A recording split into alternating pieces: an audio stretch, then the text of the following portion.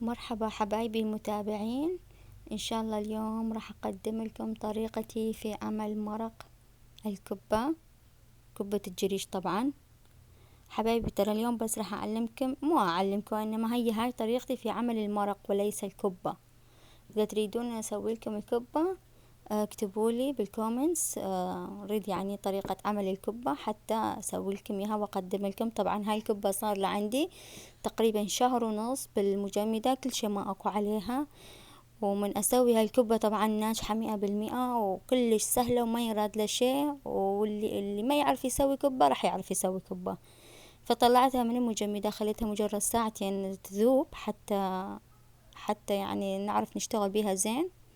خلينا الزيت، شوية زيت، معلقتين معجون أو 3 حسب الكمية اللي عندك، حسب الكمية اللي موجودة يعني من الكبة. أنا أحب كلش الباذنجان والبصل بالمرقة وماجي. راح نحل المعجون بالمي شوية، وبعدين نقلي البصل والباذنجان سوا، ونخلي الماجي وياهم. ماجي دجاج أنا استخدمته، إذا تحبون خضراوات أو مال بقر أي شي تحبون تخلون طبعا. وملح ما ننسى حسب الكمية الموجودة، خلينا نقول ملعقة ونص ملح أو حسب الرغبة. قليناهم كلهم سوا، وهسه راح نشوف باقي الخطوات.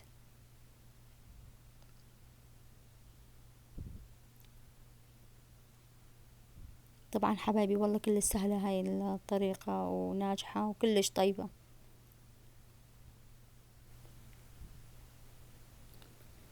ننتظر إلى أن يتحمص كل شيء أو أن ينقلي.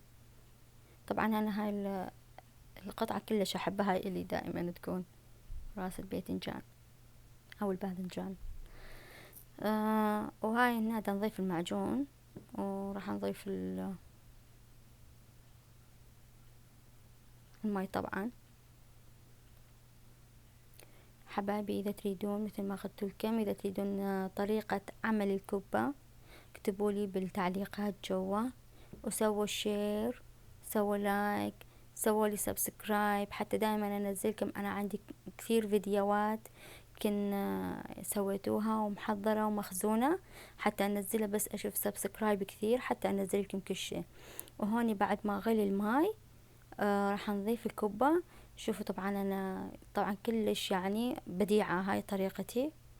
انا هون شوية يعني حتى تشوفون انه انا شنو نقول، شي فوق شي خليتوها الكبة حتى تشوفون انه هي هاي كلش ناجحة. وكان الماي قليل وخليتوها تغلي تقريبا فد 10 دقائق او ربع ساعة الى ان تستوي هي الكبة، وحسب الثخن اللي انتم تسووها. انا دائما اسويها مو ثخينة، رقيقة حتى تصير اطيب.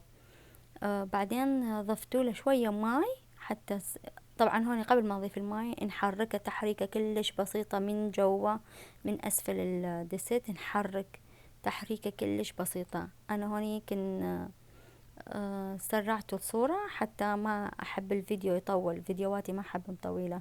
وهون ضفت الماي، وماي غالي يكون ماي حار حتى الكبة لا تعجن عندنا.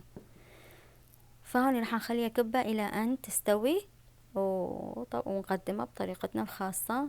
وحبايبي مثل ما قلت لكم اي شيء علقولي، اي شيء تريدون اقدم لكم علقولي، سووا لي سبسكرايب حتى اقدم لكم المزيد من الفيديوهات. وهي هاي الكبة، وان شاء الله تعجبكم وتنال رضاكم، وان شاء الله تسووها وتطبقوها وتعجبكم بألف عافية.